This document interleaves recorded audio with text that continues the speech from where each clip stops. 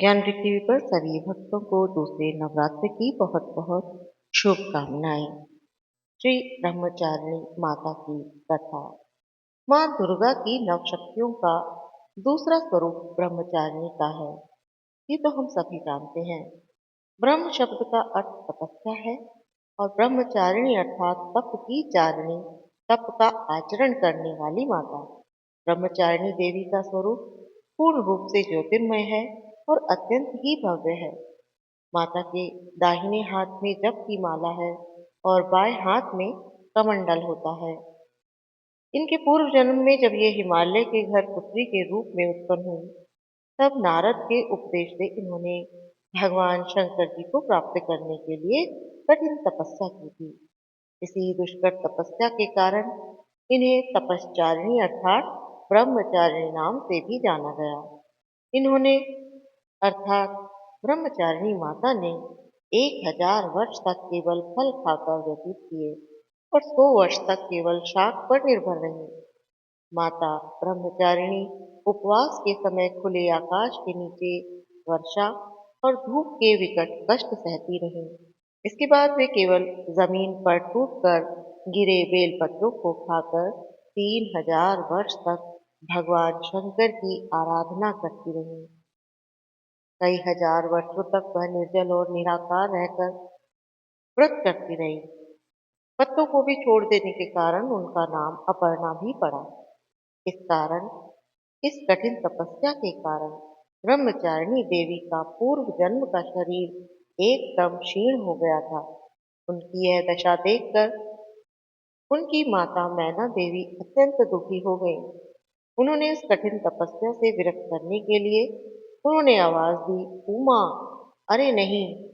तब से देवी ब्रह्मचारिणी का पूर्व जन्म का एक नाम उमा पड़ गया था। उनकी इस तपस्या से तीनों लोकों में हाहाकार मच गया।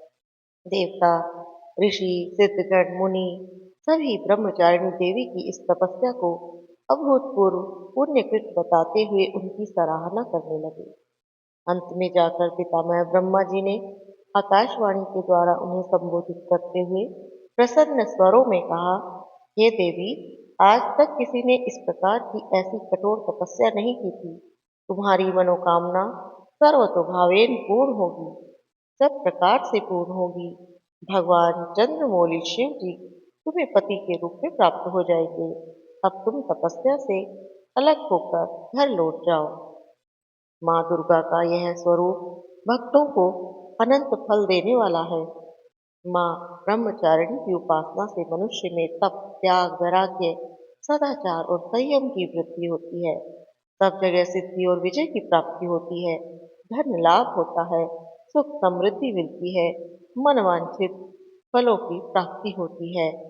दुर्गा पूजा के दूसरे दिन माता के इन्हीं स्वरूप की उपासना की जाती है।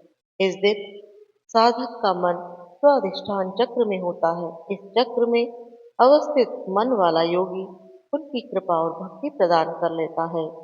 जीवन के कठिन से कठिन संघर्ष में भी उसका मन कर्तव्य पथ से विचलित नहीं होता।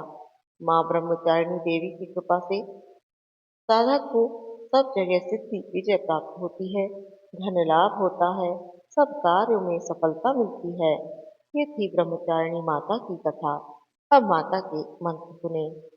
या देवी सर्वभूतेषु माँ ब्रह्मचारिणी रूपेण संस्थिता नमस्तस्यै नमस्तस्यै नमस्तस्यै नमो नमः। दधानाकर पद्माभ्याम अक्षुमालाकमण्डलु देवी प्रसीदतु मयि ब्रह्मचारिणी उत्तमा। ध्यान लगाते हैं माता का।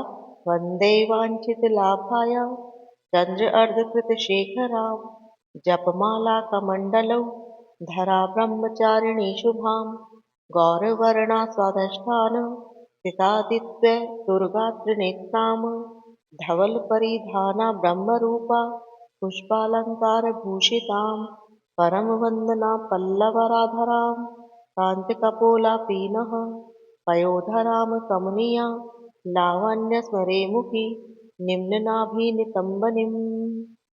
तपश्चारिणी त्वमयि तापतरे निवारिणीं ब्रह्मरूपधरा ब्रह्मचारिणी प्रणम्यहम् शङ्करप्रिया त्वमयि माता भुक्तिमुक्तिदायिनी शान्तिदा ज्ञानदा ब्रह्मचारिणी प्रणम्यहम्।